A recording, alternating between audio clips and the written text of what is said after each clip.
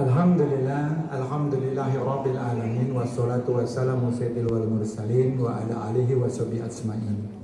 Asyhadu an la ilaha illallah wa asyhadu anna Muhammadan abduhu wa rasuluh. Allahumma sholli ala sayyidina Muhammad wa ala ali sayyidina Muhammad. Amma ba'du. Rabbi sholli sadri wa yassir li amri wa hlul 'uqdatam min lisani yafqahu qawli. Rabbi zidni ilman warzuqni fahman. Alhamdulillah, Bapak, Ibu, adik-adik, rahimakumullah, yang insya Allah kita masih dikaruniai kesehatan dan keberkahan usia, sehingga di malam yang ke-8 ini kita masih dapat, di hari ke-8 Ramadan ini kita masih dapat bertolabul ilmi. Dan ini adalah kali kedua barangkali berjumpa dengan saya. Dan ada intermezzo sedikit, tadi malam saya didatangi adik-adik, Pak, mendengar ceramahnya kepalanya jadi muter. Harus googling karena istilahnya katanya aneh-aneh. Mungkin yang harus merangkum untuk tugas jadi bingung. Gak apa-apa ya dek, nanti minta dibuatkan pakai ChatGPT. Jadi saya alhamdulillah mendapat masukan sehingga malam ini mungkin lebih pelan-pelan, karena kemarin mungkin bukanya itu pakai cengek, jadi agak mulutnya seperti burung beo, begitu kena pedes langsung ini ya, sulit ngerem. Nah, tetapi agar kita berkesinambungan, tentu saja izinkan saya mereview sedikit apa yang sudah kita bicarakan kemarin, biar ingat saja sebagai jembatan. Nah, kemarin kita sudah menceritakan lebih tepatnya keajaiban-keajaiban ciptaan Allah Subhanahu wa Ta'ala. Karena ternyata di setiap ciptaan Allah itu terdapat tanda yang mengandung makna, yang kemudian pada gilirannya akan berdampak pada kualitas keimanan dan ketakwaan kita. Kan sudah disebutkan bahwa kita itu hadir di dunia ini, wa ma khalaqtul jinna wal insa illa liya'budun, diminta untuk melakukan ibadah sebagai makhluk ciptaan Allah, yang kemudian tugasnya antara lain disuruh ibadah dalam rangka dekat sama Allah. Caranya apa? Caranya kemudian bagaimana? Salah satunya Iqra. Kemarin kita sudah mulai. Kenapa Pak Tauhid kemarin kita mulai? Dari mana? Dari berbicara tentang jantung. Yang kemarin saya pakai baju lurik, mungkin masih ingat ya, ini sedikit review. Ototnya lurik tapi tidak dikontrol otak. Dia bisa berdenyut dengan aktivitas listrik. Dan ini saya kemarin lupa menyebutkan, listrik di tubuh itu ibu dan bapak, salah satunya dibantu oleh yang namanya ion yang berasal dari tanah, yang berasal dari makanan. Apa saja Pak? Natrium. Natrium itu dari mana? Dari garam. Makanya kalau kita makan, selera kita akan terbangkitkan apabila ada rasa asin. Makanya tadi kelihatan di sini wajah-wajah yang berbahagia. Barangkali tadi ketika buka ada sajian peda, ada pindang deles, ada sayur sop sedikit keasinan. Dan ketika memasak tentu tidak dicicipi, kan gitu ya. Maksudnya cicipin gitu mah boleh, tidak membatalkan. Tapi kan tidak bisa dicicipi 3 sendok makan kan gitu. Jadi mungkin rasa masih ada keraguan. Tetapi kita bisa bayangkan tidak sih, bahwa ion kecil yang namanya natrium muatannya +1 gitu terdapat di lautan, kemudian ditambak, kemudian dilakukan proses yang namanya evaporasi supaya airnya menguap. Kumat lagi, maaf ya deh, ini ada istilah-istilah aneh deh, keceplosan. Penguapan air laut yang pada akhirnya mengendapkan garam. Garam itu yang kemudian dibersihkan dan kemudian didistribusikan. Ternyata menghadirkan dunia bagi kita. Mengapa? Karena pada dasarnya manusia itu bisa melihat, mendengar, merangkai kata, berbahasa. Karena kita merasa, karena mata kita bisa membangun konsep citra dengan kerjasama. Bukan hanya sekedar bola mata, tetapi juga ada jaringan saraf dan kemudian juga ada memori untuk dicocokkan. Yang kita lihat kemudian dikoordinasikan dengan yang kita dengar. Oh, ada suara dentuman. Oh, ada sambaran petir yang kemudian membelah cahaya kegelapan malam. Oh, ada awan kelabu menggantung di sana yang menutupi gemintang di malam ini. Oh, awannya itu cumulonimbus. Kenapa awan terjadi? Ada siklus hidrologi. Semuanya ada keterkaitan dan interaksi. Maka tidak ada di alam semesta ini yang tidak diciptakan tanpa fungsi. Semua menjalankan perannya. Kita diminta mempelajarinya lalu mengorkestrasi. Maka tugasnya apa? Waman arsalnaka ila rahmatan lil alamin. Fungsi nama jabatannya apa? Khalifah. Nah, kemarin kita sudah bahas sedikit yang namanya jantung memompa darah. Di dalam darah ada sel darah merah. Bahasa kerennya mah eritrosit. Tapi kalau yang gampangnya mah sel darah merah. Kenapa disebut merah? Karena di dalamnya ada HP molekul yang terdiri dari hem besi dengan protein yang namanya globin. Besinya dari mana? Kemarin sudah kita bahas, dari kangkung, dari bayam, dari daun kelor. Kemudian proteinnya dari mana? Banyak sumber. Ada yang dimakan dari telur, kacang-kacangan, ayam, dan seterusnya. Maka ketika itu bergabung dan bersatu menjalankan fungsi yang dihadirkan kebermanfaatan. Karena tugas kita sebagai manusia tidak lain dan tidak bukan sama dengan makhluk Allah yang lainnya. Kehadiran kita harus bermakna. Artinya apa? Ada kontribusi. Maka ketika Rasul menyampaikan kriteria ideal seorang muslim apa? Khairun nas anfa'uhum linnas. Kita harus beribrah. Ternyata bulir air hujan tadi ada perannya. Dan kemarin mungkin masih ingat bahwa yang namanya darah merah itu tugasnya mengangkut karbon dioksida untuk dipertukarkan dengan O2. CO2 ditukar O2. CO2 kenapa harus ada, Pak? Itu bagian dari proses biokimia supaya terjadi pertukaran gas. Yang kedua, keluar sebagai limbah juga membantu memberikan rongga sehingga pernafasan kita dapat optimal pertukaran gasnya. Ada tekanannya di dalam paru-paru dan di pembuluh darah supaya terjadi proses sirkulasi. Ini yang membuat kita kemudian harus berpikir bahwa hakikatnya tidak berhenti sampai di sana. Tadi malam kita sudah bercerita bahwa ya Allah, subhanallah, masya Allah, Allahu Akbar. Ternyata persoalan perjalanan sel darah merah berasal dari keterhubungan kita dengan matahari, Pak, dengan tata surya. Jaraknya 150 juta kilometer. Kemarin kita sudah bahas terjadi proses pengiriman paket cinta yang namanya kuanta. Kita mengenalnya cahaya. Diterima oleh mulut daun yang mendamba cinta. Lalu kemudian membuat kebermanfaatan dengan cara mengubah CO2 menjadi O2. Prosesnya fotosintesa. Dipakai apa itu hasil fotosintesa? Diberikan secara cuma-cuma sebagai sodakoh boleh, infak bisa, wakaf produktif bisa, Pak. O2 itu diberikan ke kucing, ke sapi. Lalu Pak, yang namanya buah kemarin kita bahas dimakan sama kera, dibawa sama lalai, kelelawar dan seterusnya.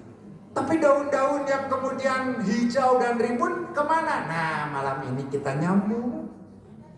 Karena pesannya, topiknya, tolong berfokus pada kesehatan, Pak Tauhid. Bagaimana secara islami kita bisa mengelola yang namanya potensi sumber daya yang tersedia secara islami. Dan benar bisa menghasilkan kualitas generasi islami, Islam yang kuat, yang sangat baik dari berbagai aspek, termasuk dari aspek akhlak. Kemarin kita baru bahas, ada dimensi jasadiah, ada dimensi akliyah, dan pada gilirannya ini akan menopang suatu puncak yang disebut dengan dimensi ruhiyah. Nah, sel-sel yang 100, yang 50 triliun di tubuh kita ini perlu energi, Pak. Energinya apa? Energi biologi. Ada molekulnya, Pak, ada berenergi tinggi. Namanya apa? Adenosin trifosfat. Dari mana itu Pak Tauhid? Itu didapatkan dari makanan, diolah di dalam sel oleh sebuah organela kecil, nanti termasuk tadi hasil pernafasan dipertemukan lewat berbagai proses kimiawi bertingkat.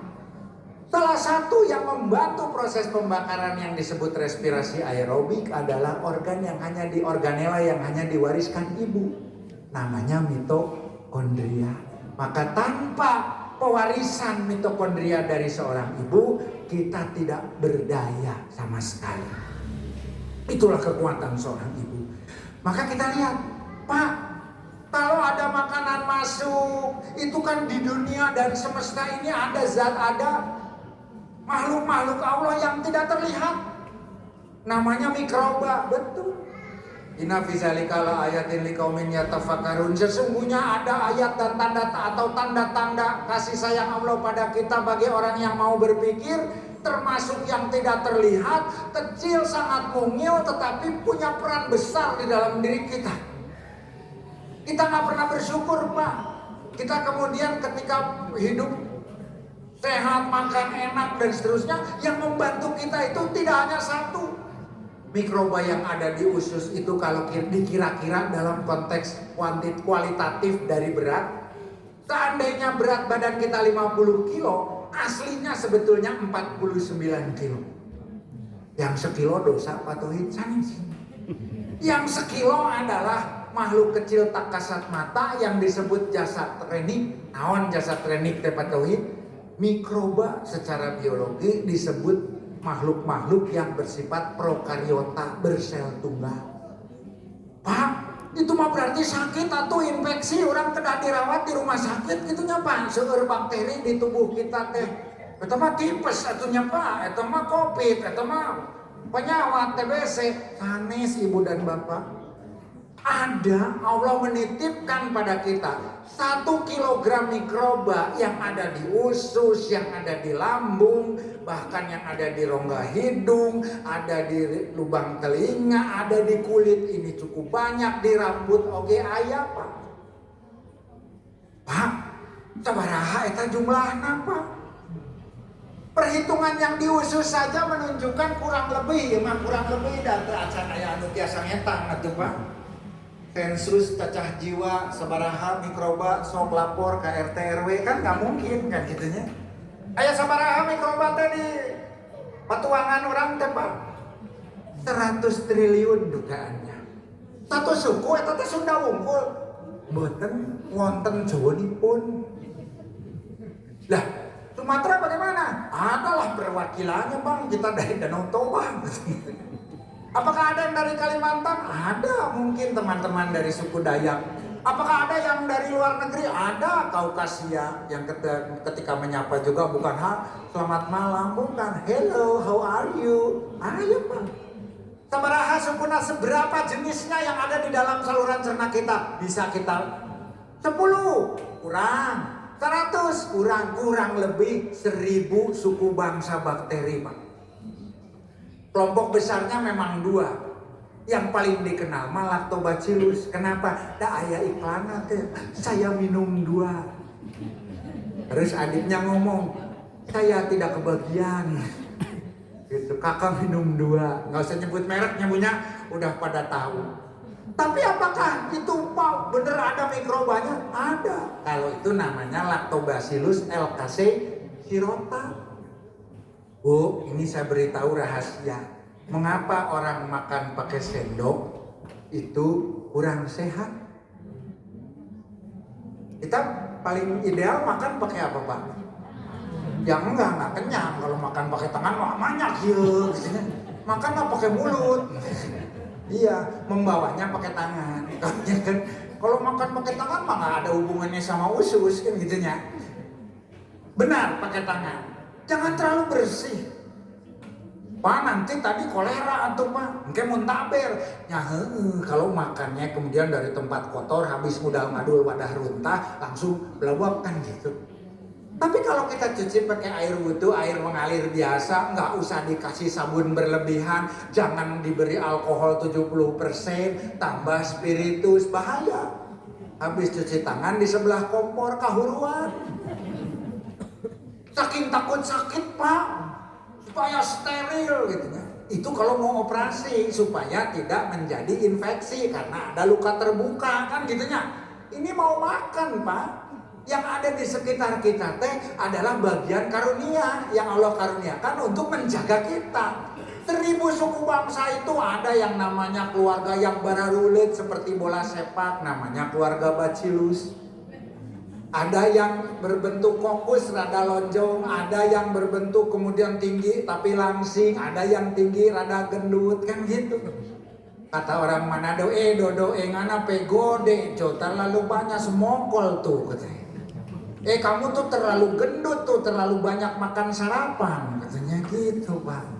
Ya kan kalau di sini mah sarapan tidak ya, cuman hanya banyak memberi harapan. Ini ya, lebih baik konsumsi sarapan daripada ini ya menjanjikan harapan karena biasanya PHP gitu. Jadi Mak ada 1000 Bu jenis, masuknya dari mana? Dari makanan, dari tangan. Loh, makanya kalau makan juga jangan terlalu, bukannya menganjurkan tidak higienis, tidak steril gitu ya, tetapi apa adanya. Makan pakai tangan. Itu masukinnya pakai tangan. Saya nanti diprotes sama ibu-ibu. Jadi 3 jari kalau sunnah Rasul. Kenapa? Ini ukuran yang paling tepat agar dikunyah oleh gigi geligi kita yang tadi depan ini seperti kampak, tugasnya motong. Ya kan namanya incisivus.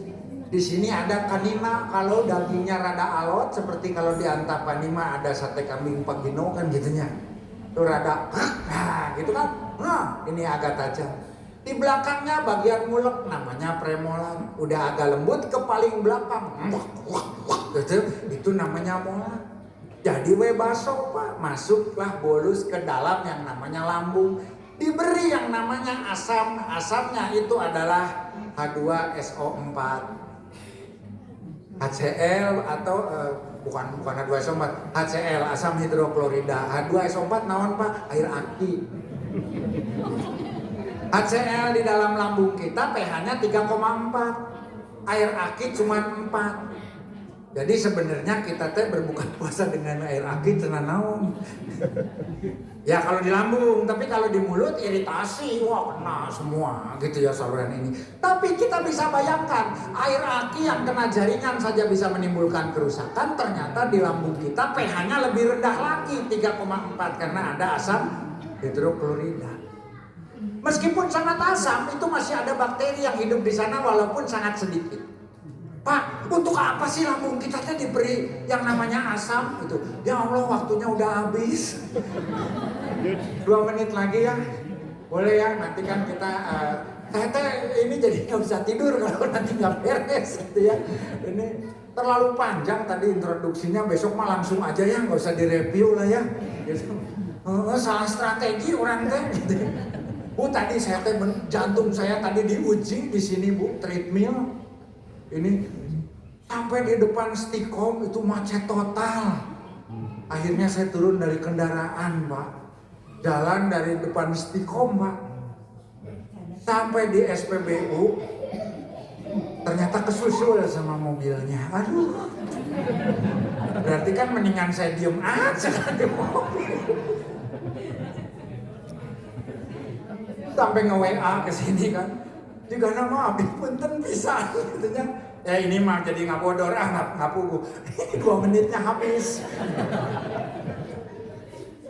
Aduh ya Allah, bukannya menghemat waktu. Nah, kenapa 3,2? Karena apabila ada faktor-faktor penyebab penyakit termasuk bakteri yang tidak diundang, itu sampai lambung juga sudah tidak bisa meneruskan perjalanan Pak. Protein, bakteri, virus itu kan terdiri dari protein Pak. Ada yang dibungkus dengan dinding sel, ada yang kemudian dindingnya terdiri dari lemak dan seterusnya. Tapi begitu atau peptidoglikan begitu masuk kena yang asam itu Allah udah siapin. Bayangin Pak, canggih. Nggak bisa masuk, udah terurai, udah kemudian dinetralisasikan, dinetralisir di lambung, baru belawak masuk. Jadi ibu mah nggak usah khawatir, ya kan? Belum. Combro, coba Bu, mau makan combro buka puasa, hipokondriak, saking takutnya sakit, psikologisnya namanya hipokondriak. Combronya dicuci dulu pakai sunlight. Ada yang nanya ke saya, bener ini Bu, calon persiapan pensiun. Nah, yang jika guys ya. Pak Tauhid, ini kolesterol saya tinggi. Trigliserida dapat bintang, wah hebat, Brigjen atunya Bu. LDL juga dapat bintang, wah Pangdam atuh 2 gitunya. Tapi ini juga kolesterol totalnya juga, wah Pangkostrat Bu, Letnan Jenderal, bintang nanti Prodia 3. Gitu ya. Terus Bu tambah 1 gula darah biar jadi Panglima. Pak, ini kalau saya dikasih obat simvastatin, kan dia berarti kan sudah tahu obatnya, nanya ke saya kan, ngetes itu mah. Kalau Bapak ada saran nggak? Ada. Daripada simvastatin mabuk, mendingan Zanlain. Kenapa? Kan jelas iklannya gitu ya, mampu melawan lemak membandel. Iya, diminum 2 kali sehari, besoknya udah nggak berobat lagi kan Bu, ya kan? Maut. Ya, jadi terakhir nih Bu, Bapak Ibu, betapa Allah sudah memberikan, kata ibu-ibu, Pak dari awal atuh ngabodorna, di depan teh serius pisan kan gitu. Tenang Bu, saya teh harus menyimpan materi, saya teh di sini 5 kali. Nanti kalau bahan saya dikeluarin semua, besok ibu bosen. Jadi nih, terakhir hari ini, kehebatan Allah di dalam penciptaannya yang kemudian mewujud di dalam kesempurnaan tubuh kita, apalagi paling sederhana Pak, lihatlah tangan kita, kenapa jari nggak disamakan Pak? Ada fungsinya. Jari ini terbentuknya berapa? 8 minggu ketika di dalam kandungan, pertama mah nggak ada jarinya, kita mah kayak bebek ini Bu. Dibentuk sesuai dengan fungsi, bisa dilihat Pak. Kelingking pas tuh, ya kan? Coba kalau nggak pasnya, ibu teh nyari sikat WC, kan gitu. Pas, begitu dimasukkan, diputar, lalu dijilat. Enggak, saya yang ini. Rasanya pahit. Pahitnya Pak? Nggak ada yang kejebak tuh. Di masjid sebelah, pahit Pak. Oh, berarti suka ngicipin. Itu salah satu indikator bahwa tubuh kita sehat. Karena yang namanya serumen, cairan yang ada di telinga itu harus pahit. Seperti pahitnya flavonoid atau alkaloid yang ada di tumbuhan, yang kalau kita makan jamu sambiloto pahitna beratawali kumaha sok. Pak, kenapa kuping kita pahit? Apakah supaya setara dengan nasib kita yang pahit? Itu cara Allah melindungi kita. Kita tidur nanti pulang selesai tadarusan malam jam 10 sampai jam 3 pagi dibangunkan sahur, sadar nggak? Kan enggak. Di rumah kita ada semut nggak? Ada. Cucungu kayak ayam, macam-macam. Ini kan tempat yang hangat. Kita lagi tidur, semut masuk. Semut tidak mau masuk karena pahit. Itulah fungsi serumen. Wah Pak, kalau gitu saya sehat sekali. Kenapa? Cairan yang pahit saya mah jabaning koneng seueur deui mah. Mocol ka dieu, berarti urang teh sehat pisannya Pak. Eta mah namina congi. Sesuatu yang baik kalau berlebih ya tidak baik juga. Ya jangan. Ya. Terus ini nih ya. Ini kemana pasnya? Ketika berwudu bisa dibersihkan. Ada maksudnya. Pak, saya malu hidung saya teh bulunya seperti hutan tropis. Jangan dicabutan, itu karunia Allah. Dipangkas biar rapi boleh. Misalnya udah panjang pisan sampai menutupi bibir kan gak enak juga ya. Ya kalau nggak mau dipotong dikepang boleh gitu. Tugasnya apa itu? Ulurang pada Pak, ngatur suhu supaya udara itu yang masuk dari luar setara sesuai dengan kebutuhan paru-paru. Saringan juga filter supaya debu PM2,5 yang ada di jalanan karena kebul dari mobil-mobil tersaring. Pas setelah tersaring apa? Ada front office-nya di sana menerima, aduh debu, aduh bakteri, puntennya ini berbahaya kalau diizinkan masuk. Bagaimana kalau kita proses di lobi? Mangga miring gitu ya. Terus dipinggirkan, kena cairan mukosa yang lengket, terus kemudian dibuat adonan seperti onde-onde. Warnanya agak abu-abu. maka tangan bisa masuk. Gitu ya. Bahasa internasionalnya namanya korong, Pak. Sanes kongkorong, benten deui, tapi dua-duanya sama berharga. Bahasa Indonesianya upil. Ada pertanyaan, apa bedanya upil sama apel? Letaknya di meja, Pak. Itu perbedaannya. Apel mah di atas meja, upil pasti ditaruh di bawah meja. Aduh, ngetes di sini geningan ayo. Gitu ya. Itu cara Allah melindungi supaya faktor-faktor yang bisa menimbulkan penyakit dan tidak bisa ditolerir oleh sistem tubuh dari awal sudah disaring. Coba mikir gak kita? Babi ayi ala irobikuma tukas jiba. Ya, kita lanjutkan besok ya. Mohon maaf apabila ada kesalahan dan kekurangan. Semoga tadi yang disampaikan bisa jadi ilmu yang bermanfaat dunia akhirat. Wabillahi taufiq wal hidayah. Wassalamualaikum warahmatullahi wabarakatuh.